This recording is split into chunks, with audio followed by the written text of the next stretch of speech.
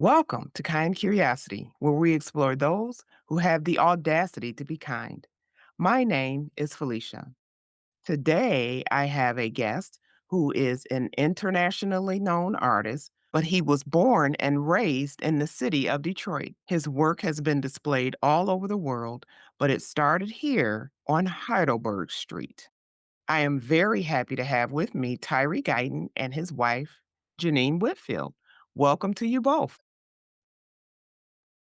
Thank you. Thank you. It's a pleasure Thank to you. be here. Thank you. So, Tyree, you and I Yes. were talking a little bit before we started, and we talked about it being 40 years. Uh, What does that feel like hearing it out loud? I find it hard to believe. Um, I look back and there are times that I have to question myself and say, has it been 40 years? I've been in a great place as far as in my mind, my way of thinking, and knew as a kid that I wanted to do something. 40 years. And when I think about it, I won't say how old I am, so I won't say how old you are. Yeah, I can't believe that either, that I'm 70. You know what, Phyllis, I'm at a point now, I'm just so thankful that Yes. I've been here all of these years doing what I have done in this great creation. I'm just one of the tools that's being used to do what I have done. I remember when the Heidelberg Project first started with that polka dot house because my mother told me where it was. I didn't know where that was. And I said, "Oh, can we go there?" She said, "Well, no, I don't think that's a good area to go to." Now, remember, I grew up in the projects. I'm Get like, out of can't here. be no better, no worse than this, right? Yes, yeah. But I remember her talking about it, and then I remember seeing on the news how some newscasters and some media outlets said it was more like ghetto art. And that hurt me because I'm like, well, wait a minute, this is where I'm from. How did that feel to you when they first started to report on your project? I would say to you that the person that opened the door for me was going on the Oprah show. And Okay. that just opened the door, and then the whole world started to come. And what you said about the news folks putting it into some type of category, a box. My beautiful wife said something that made me scratch my head. She said, the whole world is a ghetto. Ah, that makes me feel good. Thank you, Janine.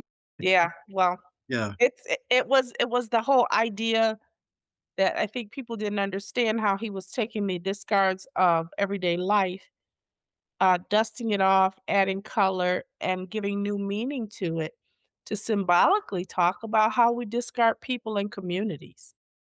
You know what Mm. I'm saying? And people couldn't understand that the fact that he actually did use discarded materials. So that's people thinking ghetto art is appropriate discussion, but what exactly is ghetto art? It made me proud. Mhm. Mm. Because again, I grew up in the 313. I'm born and raised Detroit public schools, all of that. So when I see Tyree being celebrated internationally like he is, I automatically come back to, yeah, and he's from the streets of Detroit. Figure that out, right? And it does something to me, but I still think back when I was doing my research, my brain went all the way back like, how dare you?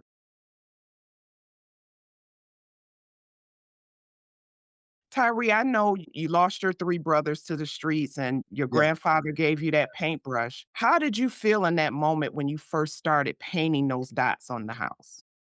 Well, I would say to you that it's something that my mom, uh, um, she would say this all the time: no pain, no gain. You gotta go through something in order to know that there is something on the other side that awaits you.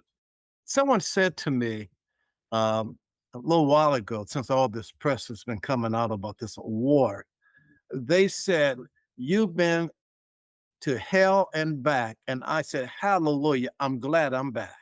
And speaking of award, the Kresge Award Yeah, you just got, Yes, yeah, and yes. it's an important award because it's the Eminent Artist Award. You know, they give Yeah. out, I think, about 20 smaller awards to artists in general, and Tyree was the inaugural artist for that in 2012.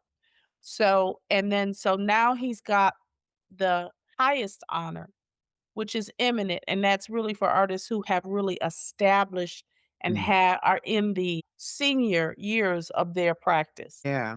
And it's the official title is the 2026 Kresge Eminent Artist Award. When did you find out and what was the feeling? Did you find out first, Janine, or did you find out first? No, it was Janine. It It was was, but they were sneaky because they said, "We have an opportunity for Dr. Guyton," and I suspected. But because they said opportunity, I then thought maybe they wanted to invite him to build a sculpture or create a work Right. of art. So they did that on purpose so that when they spoke to Tyree, they could actually speak the news directly to him. Ah, And that when I received that phone call, I was on the phone and I couldn't believe what I was hearing because that award comes with a lump sum of money. I'm sitting there and I'm saying, "Wow," because I couldn't believe it. And and then a couple of days later, it began to settle in my mind. And folks have said to me, and we've been getting correspondence from all over the country from people, and people said, "What took them so long?" And I've oh, said to wow. them, "All things in time." That's right. No, I was just gonna say it was so appropriate because it's also our 40th anniversary year of Yes. the Heidelberg Project. Yeah, so it is on Exactly. time, it's not on Mm. our time, but it's on time. Yeah. Yeah, yeah.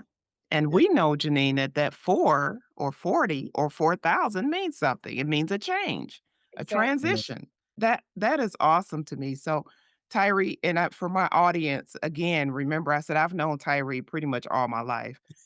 But my daughter, she doesn't like me to say oldest, my first daughter worked with Tyree because she loves to draw, and Absolutely. Tyree gifted her this watercolor set, and she loved that set. I'll show you the pictures that she painted with that set, Tyree, but what she said she remembered about you was the way you spoke to her. You spoke to her as if she was an established artist. You Yes. didn't speak to her like, "Okay, little girl, you take this color and you put it over here." She said, "Mom, he made me feel like I was an established artist." Have you Yes. always done that? Felicia, when I was a kid, I hated school. I'm going to be honest, Okay. and I would draw all the time. Um, Mhm.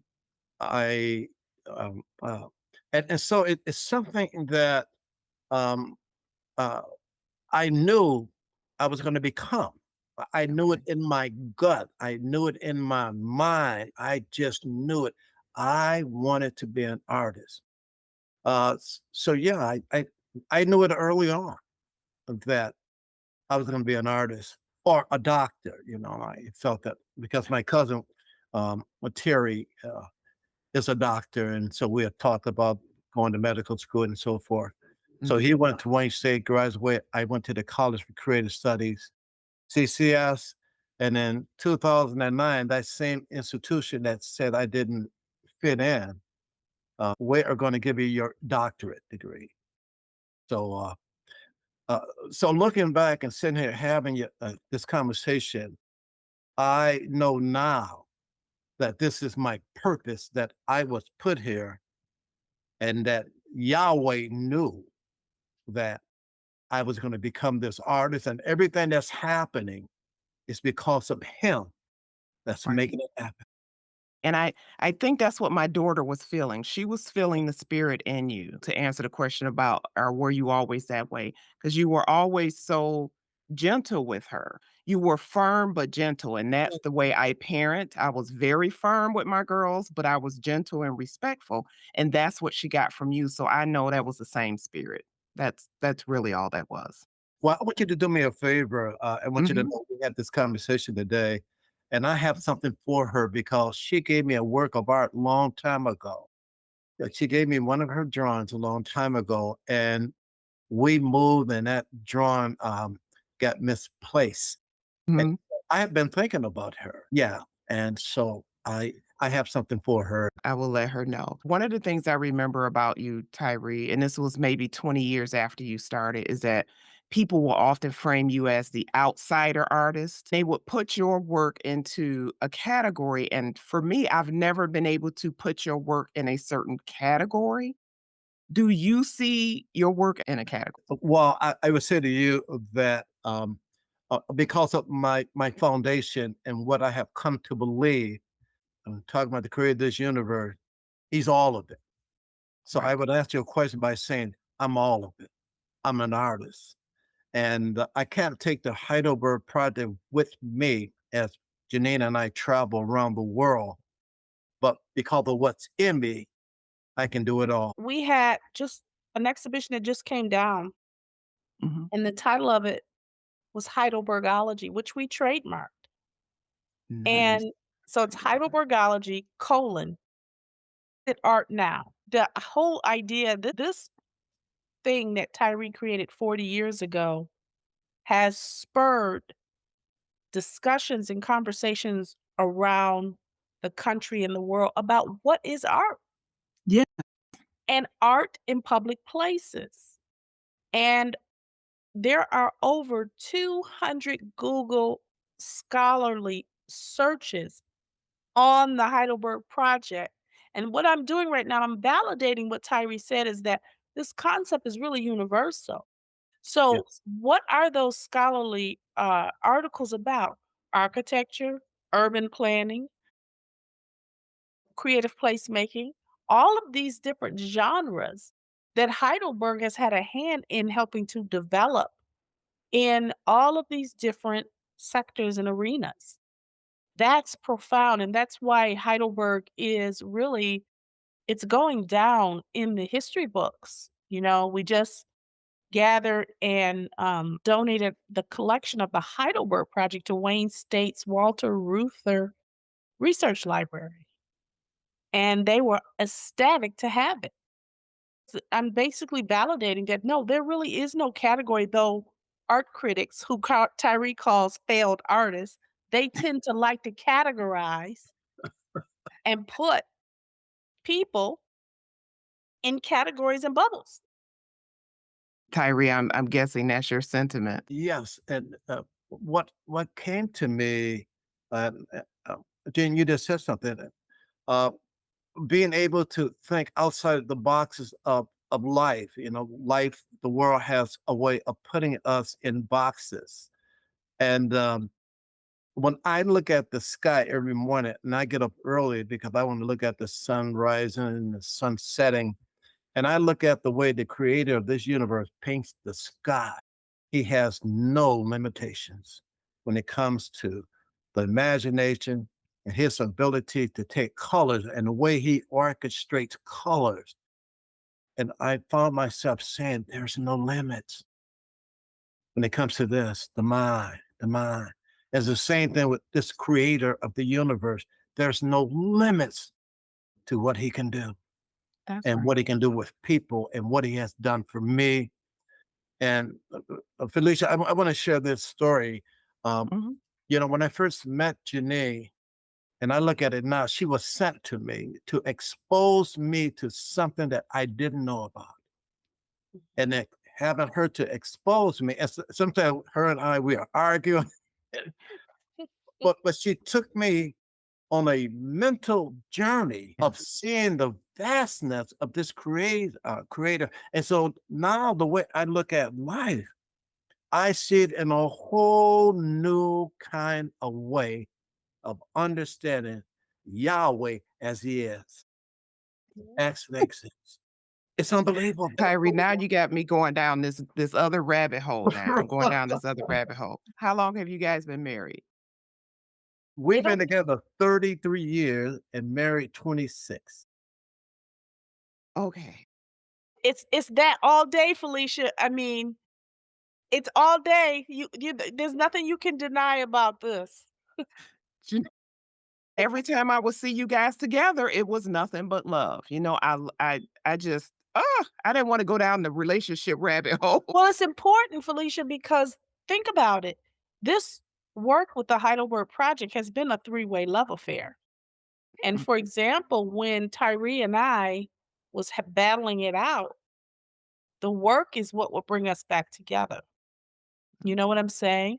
And yes. so we probably could write a book on what it takes to survive when you are in a relationship together, when you're in a partnership together, when you're in business together.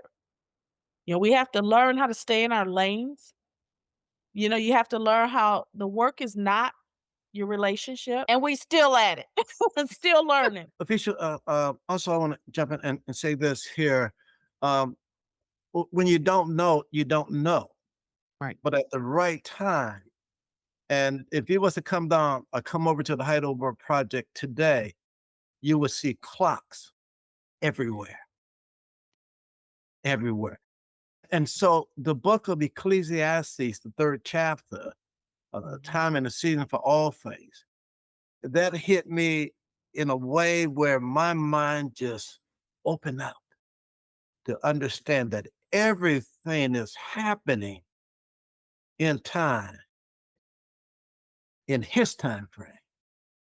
So when I met Jenenne, who came, and I knew nothing about structure and I knew nothing about organization, and she came with those skills, and she helped me to build my house on a solid foundation. And in saying that, we have had 142 countries to visit the Heidelberg Project so far. And her and I, we travel all over the world to talk about art as a medicine. And every time I create a project, it's based on what I have come to understand about this creator. That's beautiful. Yes. That ultimate expression of an Yes. artist. Speaking of Wayne State, that's what I was reading an article, one of the Wayne State artists wrote about you, and he's talking about your House of Soul project, and then he has your clock. So I was looking at that while you were talking about it. But what it reminds me of when I look at the house with all the records on it, the first thing that popped in my head was, Motown. And I'm saying, "See, we got records, we have world-class musical artists, we have a world-class art artist. What can't Detroit produce?" Because remember, as you said in one of your articles, good times and bad times. I remember the phrase, "The last person out of Detroit, turn off the light." I remember that phrase coming up. Yes. So, how does that make you feel? I talk to people every day when I'm home from all over the world. The Heidelberg product is like a magnet. And there's a conference that's going on in the city, and they have 6,000 visitors here, and they are coming to the Heidelberg Project from all over the world. Jenenne invited me to come to Baltimore, and she commissioned me to do a project in Baltimore that consists of vinyl records. And I'm trying to remember the name of the project, Janine. Let the record show. Let the record show. And so I took this space and we put up about 600 albums talking about every one of us has a record. And he has a record book of our time here in this creation. Mhm, I have to jump mhm. in and just Please. I have written a lot about the project and its symbolism. And so when you it, people would come to the Heidelberg Project with preconceived ideas, and they would leave blown away. When you tell them, for example, that the tree on Heidelberg Street with the shoes hanging down was called Souls of the Most High, and it was reminiscent of Tyree's grandfather who recalled lynchings in the South. And he asked his grandfather if he could see the people, and he said he could see the souls. And the bottom of our shoes are called souls. Now that's the history. But then we would go on to tell groups, but the meaning today is that we are lifting up the soul of the community. So Mm. there was a type of an intelligence in the Heidelberg Project that this is what would baffle the scholars and um, the places that we've been. We've done a project at Harvard where Tyree transformed the grounds of Harvard. And the professor that invited us there had to defend what he was doing in bringing an artist like Tyree to Harvard. And it was so beautiful to shake up that kind of a world. You know what I'm saying? That is what this project has represented. The art or the found object art became the catalyst or the front that would open the door to this amazing platform of discussion. So Mm. that was my role with Heidelberg in helping Tyree to build this, was to be able to articulate what it was that was in the artist's head. I always call Tyree the artist. What was in his head? What was he thinking about? Why did you do this? And those kinds of things. So I wanted to share that so that you could see the depth of what this project really has been for others around the world. I am so glad you shared that, Janine, because it gave me chills when I think about the point of this podcast is to highlight people who have the audacity to be kind. And that Harvard professor had the audacity to speak to other professors Yes. who only wanted to see Mona Lisas and, Yes. things that go in the Louvre. And when he saw Tyree's art, I know what he was thinking and Yeah. why he had a problem with it. And when you said that other professor had to defend, what that made me feel like was he was defending me.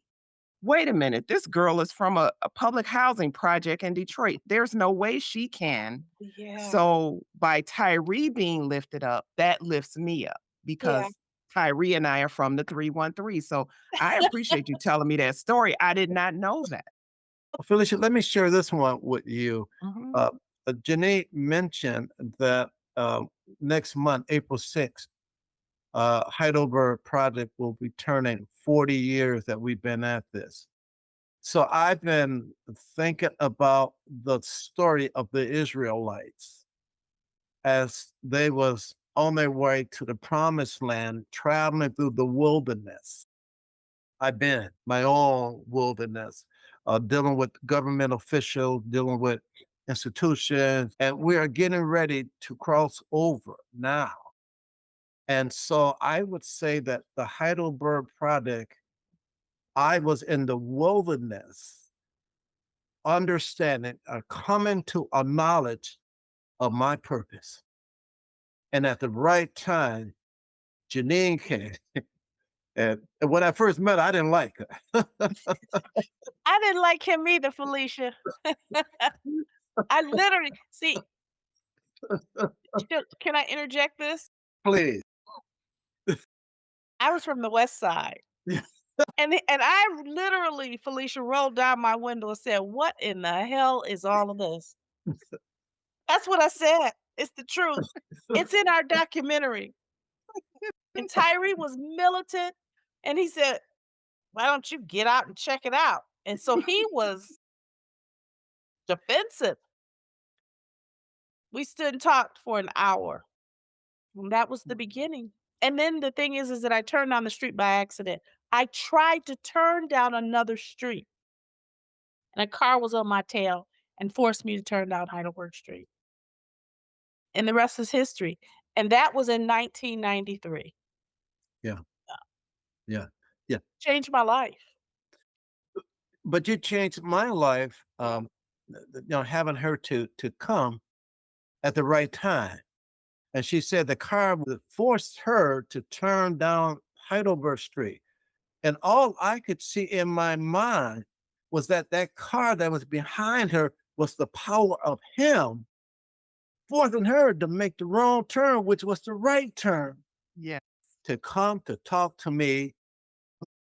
He was a Brazilian nut, hard to crack. I was a peanut, Felicia. I suspect you were too. Easy to crack. And you just start telling me trees make wise, they make wise. I see that. You know what I'm Right, saying? right. But for him, he argued everything, still does in some ways, but that just to it sharpens us, you know. And I want to say this to you too. I think this is important since this is the route we seem to be going.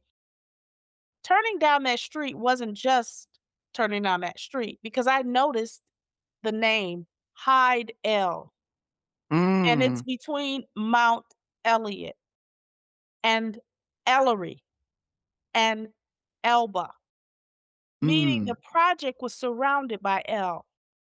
And so knowing that, if you look at all of the faces that Tyree does, this is before he met mhm. me, all of his noses are L's. Yeah, I noticed that. So I'm looking and I'm paying attention to this. I did not want it. I did not want to leave my job and go work with him. And so there you see the symbiotic relationship here that joined us together. Yeah. Mhm. Yeah, that's change. Change is scary. I have a question now. So, Tyree, remember when you would often have to deal with arson at the Heidelberg Project? What did that feel like? And were they ever able to find out who was setting those fires? Uh, uh, well, yes and no to that. Um, Okay.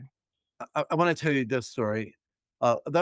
There's a young man, and he still lives in the area. And I grew up with his family and went to school with his mom. And this young man was coming over. You know, we get a lot of visitors, and they come. And when they come, they leave their belongings in the car. You know, their purses and so forth. Mhm. And he was breaking in their cars and taking their purses and computers and stuff like that.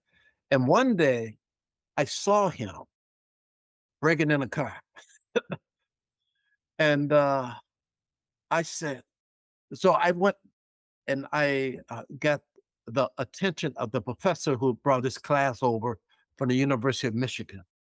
And I said, "Hey, I need to talk to you. The guy's breaking in your car." And so he took off running. So, long story short, I saw him a few days later. And I said, "I'm going to talk to him."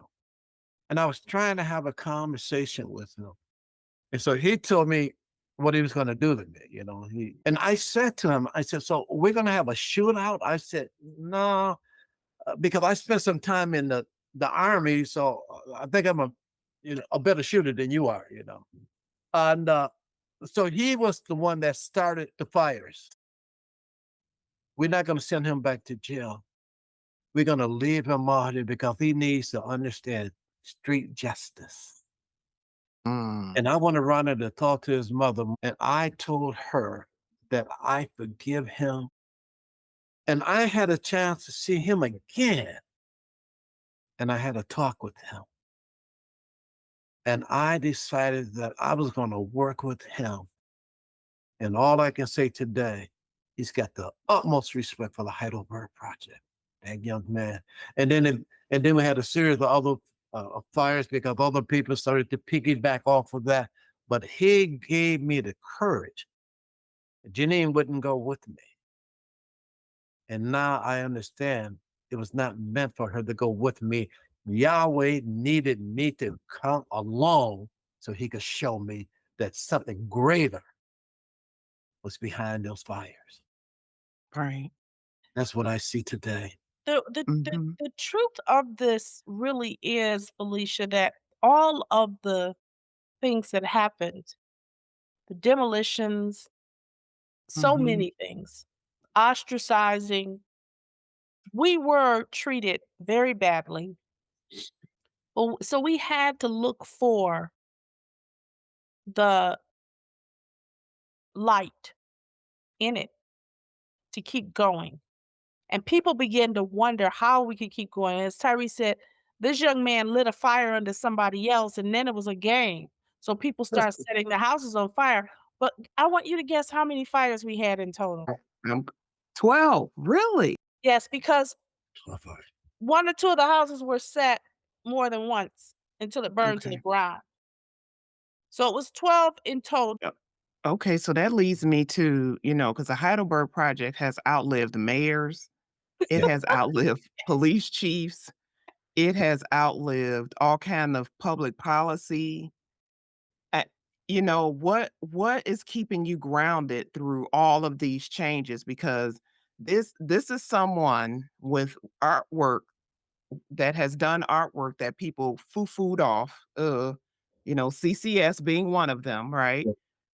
Now you're this world-renowned artist. What does that feel like? Because remember, I can't even count how many mayors you've been through. 7. 7. And think about And that I number, 7. so all of that change has gone around you, but yet the Heidelberg Project remains. That means something. So even when they were setting the houses on fire and I was on trial and the city was beating up on us and told me to leave the city, they asked me to leave the city.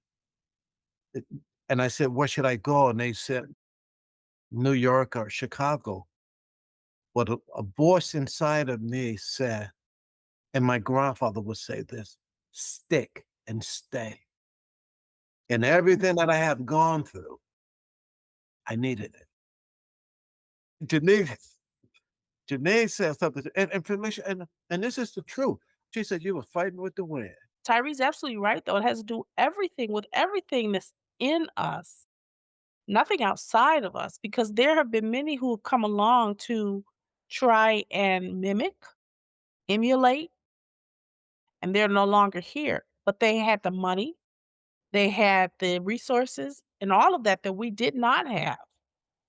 And the fact of the matter is that I go back to those streets surrounded by L, but also it's a journey that has gained profound respect in the city now, not because they see the light, so to speak, but because of the way others perceive it. You Mhm. have Tyree said 142. It's close, probably closer to 150 signatures from people around the world.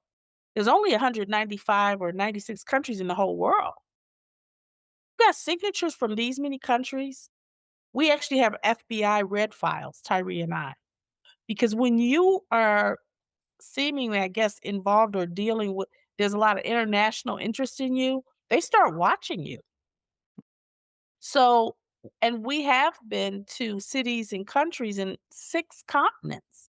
We've not been to the Antarctica. Um, Right. but what I'm trying to explain here is that what there is to it is bigger than us.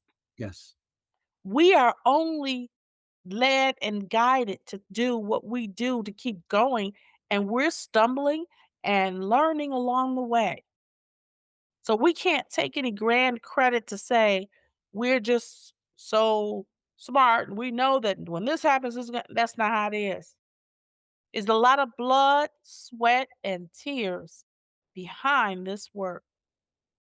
And it's Mhm. continuing. But I do say we're moving to a different stage now. So it's respected, lifetime achievement award by the city, by the mayor.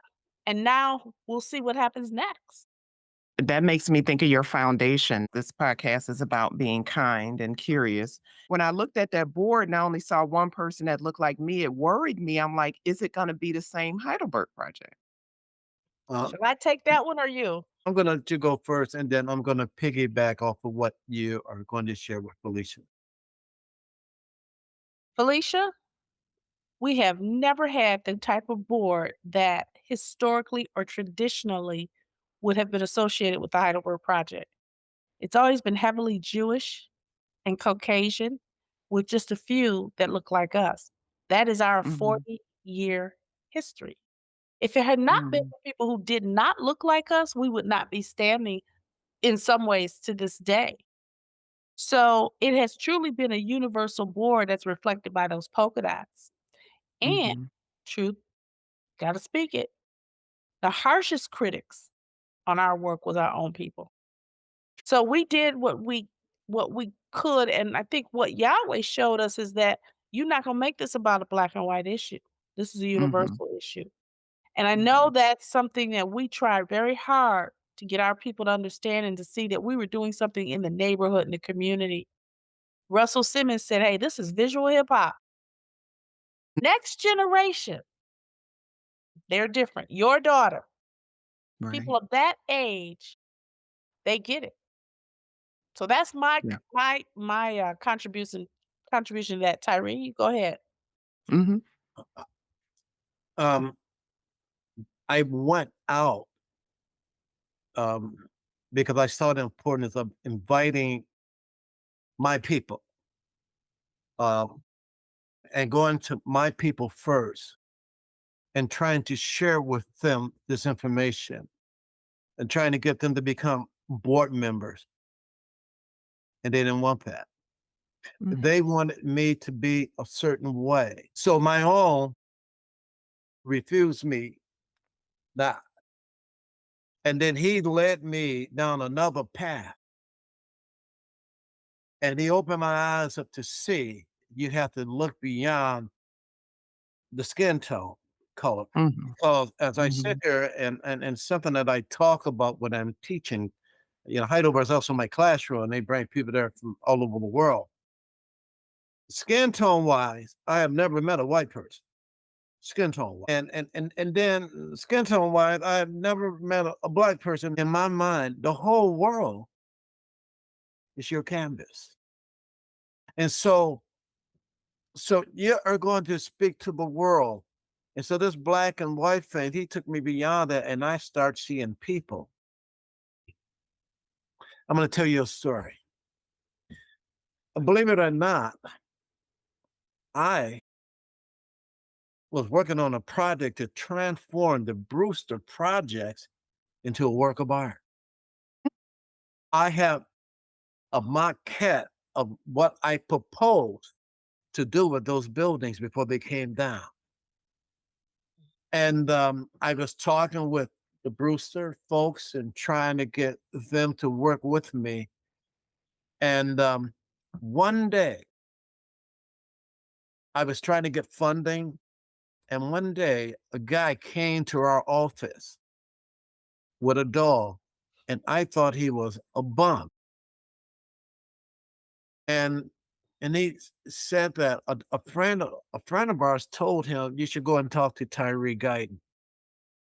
And so we sitting in there and Janine and I talking with this guy and the guy said, "Well, what do you need?" And so I explained to him I wanted to turn the Brewsters into a whimsical art project for the world before they came down. Turned out he was the son of the Annenberg Foundation Yes. in California. Yeah. He left us 300, I think it was 300,000, Tyree. Was it 350? $150,000 richer, and we didn't have any money. And it turned out Tyree didn't do a project on the Bruce store. We were allowed to keep that money and it became operating support for the organization. But now we got to be fair and say there are people who were pivotal in changing Heidelberg who were African American. Absolutely. What we learned, Felicia, is that you weren't going to make this about color. That's what we learned. Yes. Because Russell Simmons funded us for 3 years, Yes. $10,000 a year. Other people that we knew turned over the keys to the baddest studio office in Midtown. Yes. Tyree and the work we did is credited as the springboard for the comeback of Midtown, and they moved us right the hell out of there because we could no longer afford to live there. We were renting. Yeah. And the Right. owners of the building decided to sell to the highest bidder, Yes. but not before transforming that area and making it attractive. Yeah. That's what Heidelberg has done in this city. It's quite remarkable. Yeah, Mhm. and you're absolutely right, Yeah. because I'm sitting here thinking about when the city was trying to tear the project down, and I showed Miss this person. Her name was Judge Claudia. Buddy and Markham. She said, "You're not gonna do that like that." And she took the liberty to come over to see for herself. At that time, she was in her 70s. And she blocked Mhm. it. She And then said, she did Mhm. not get reelected. And that's when the bulldozers came for the second time.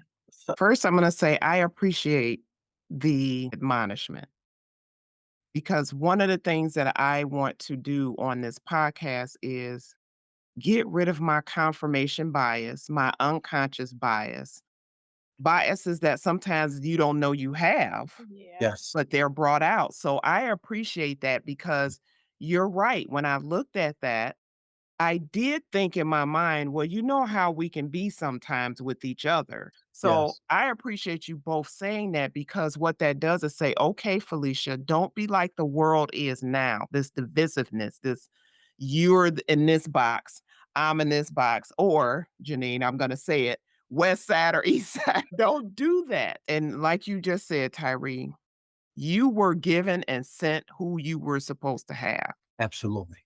So piggybacking on that, I have this on my sheet, Heidelbergology.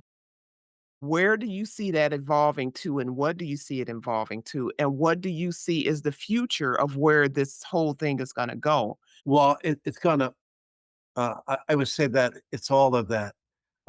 Change is just like tomorrow, it's going to bring more changes. And I created a theory. It's something that I've been writing about. And it's kind of like the Brewster Project. They were 15 stories high. And so Right. when you was living there, you would go up and down in that elevator. That's just like life. Up and down. It's kind of like an airplane. It's got to come down to refuel itself.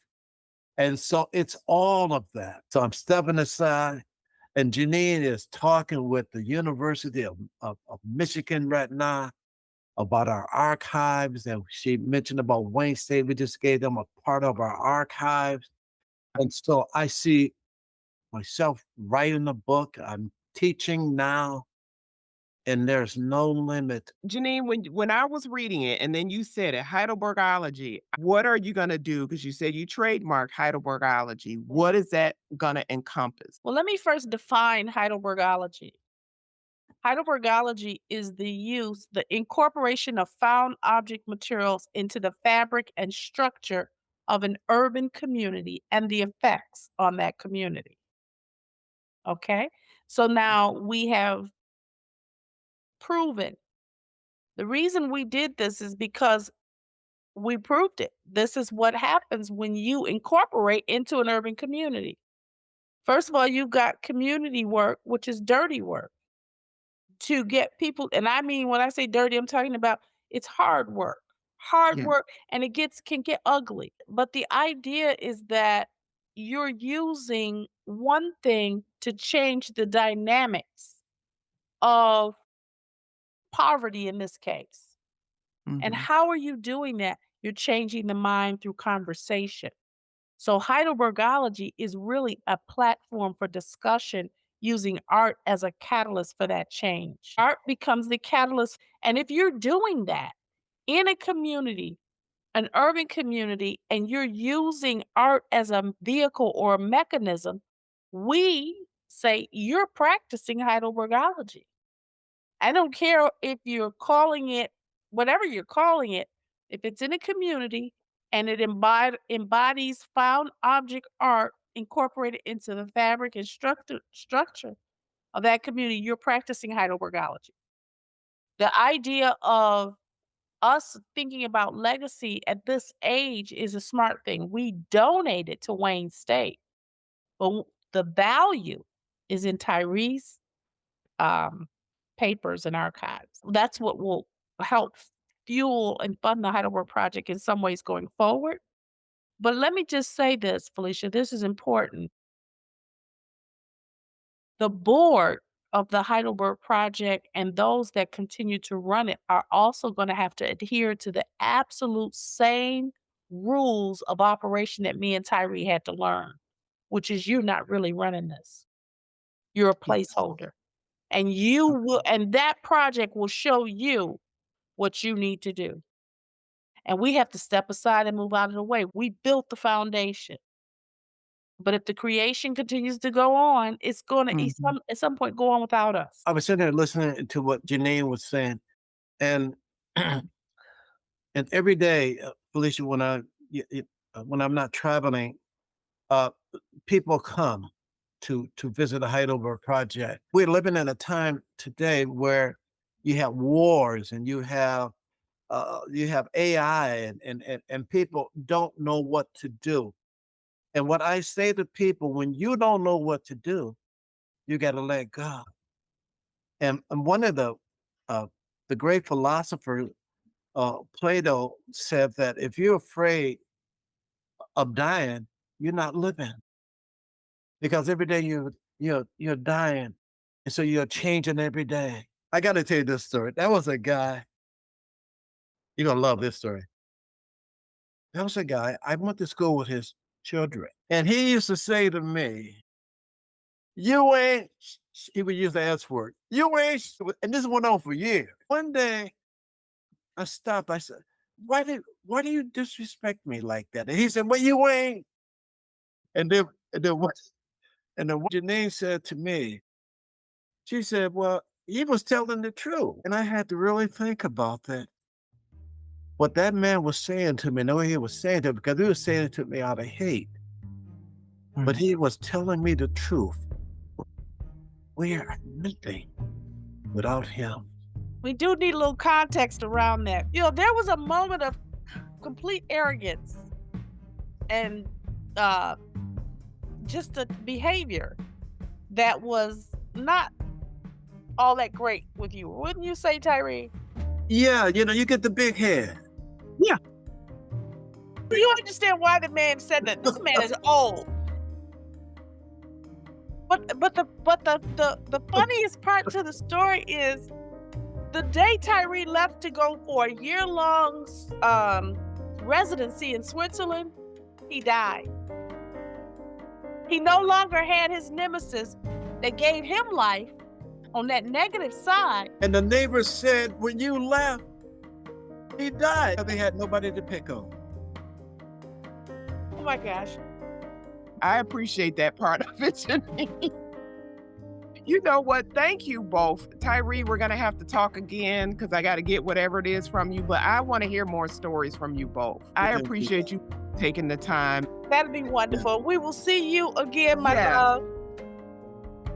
I am happy you both had the chance to join me here on the Kind Curiosity podcast. And for my audience, I hope you enjoyed this episode with the world-renowned artist Tyree Guyton and his wife Jenenne Whitfield. If you did, please subscribe, leave a comment, and share. And as always, have the audacity to be kind. Until next time.